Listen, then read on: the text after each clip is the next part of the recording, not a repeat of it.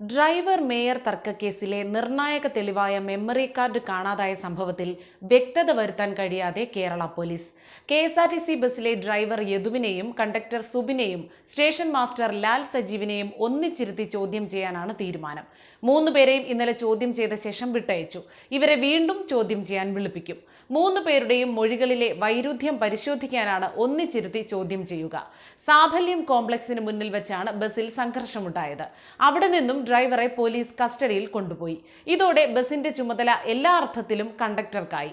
ബസ്സിൽ ഇത്തരത്തിലൊരു സംഭവം നടന്നതുകൊണ്ട് തന്നെ ആ മെമ്മറി കാർഡ് സൂക്ഷിക്കേണ്ട ഉത്തരവാദിത്തം കണ്ടക്ടർക്കാണ്. പ്രശ്നം സ്റ്റേഷനിലും അറിഞ്ഞു. ഇതിലെ നിജസ്ഥിതി ബോധ്യപ്പെടാൻ CCTVയുടെ പ്രാധാന്യം സ്റ്റേഷൻ മാസ്റ്ററും ഉൾക്കൊള്ളണം. ബസ്സിൽ നിന്നും ആ മെമ്മറി കാർഡ് വാങ്ങി സൂക്ഷിക്കേണ്ട ഉത്തരവാദിത്തം സ്റ്റേഷൻ മാസ്റ്റർക്കും ഉണ്ടായിരുന്നു. ഇത് രണ്ടും നിർവഹിക്കപ്പെട്ടിട്ടില്ല.